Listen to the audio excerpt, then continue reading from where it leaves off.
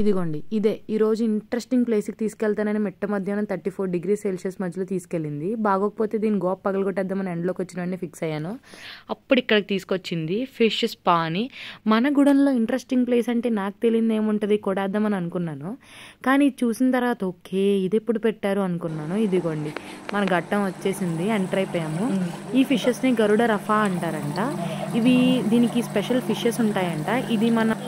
ఈ ఫిషెస్ వచ్చేసి మన ఫీట్ పైన ఉన్న డర్ట్ అంతా తినేస్తుంది, ఇంకా డెడ్ సెల్స్ రిమూవ్ చేస్తుంది.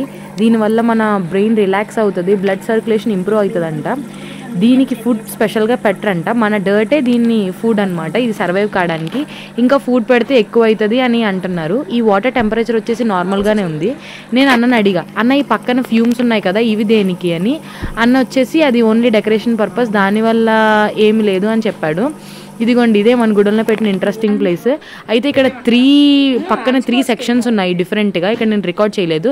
ఆ డిఫరెంట్ సెక్షన్స్ నుంచి మన ఫుడ్ పైన ఉన్న డర్ట్ అంతా వెళ్తుంది. చూసారుగా నేను అన్న బుర్ర తింటున్నాను వీడియోలో, ఇదేంటి అదేంటి అని. ఎక్కువ నాకైతే హీల్ ఏరియాలో కాన్సన్ట్రేట్ అయింది. మేబీ అక్కడ డర్ట్ ఎక్కువ కాన్సన్ట్రేట్ అవ్వడం, డెడ్ సెల్స్ ఉండడం వల్ల. ఇంకా వీళ్ళ షాప్లో ఫుట్ మసాజర్స్ ఉన్నాయి, ఇంకా బాడీ మసాజర్ కూడా ఉంది.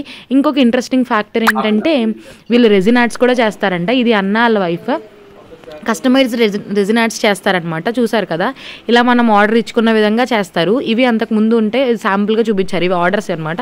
ఇలా క్లాక్ టైప్లో చేస్తారు.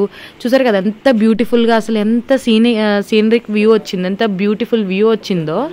సో మీకు కూడా కావాలంటే కింద అన్న ఇన్స్టాగ్రామ్ అకౌంట్ పింగ్ చేస్తాను, తీసుకోండి. ఇలా కీ చైన్ ఫొటోస్, లేకపోతే లెటర్స్, లేకపోతే ఇలా స్పెసిఫిక్గా ఏమన్నా ఫిగర్స్ కావాలంటే అవి.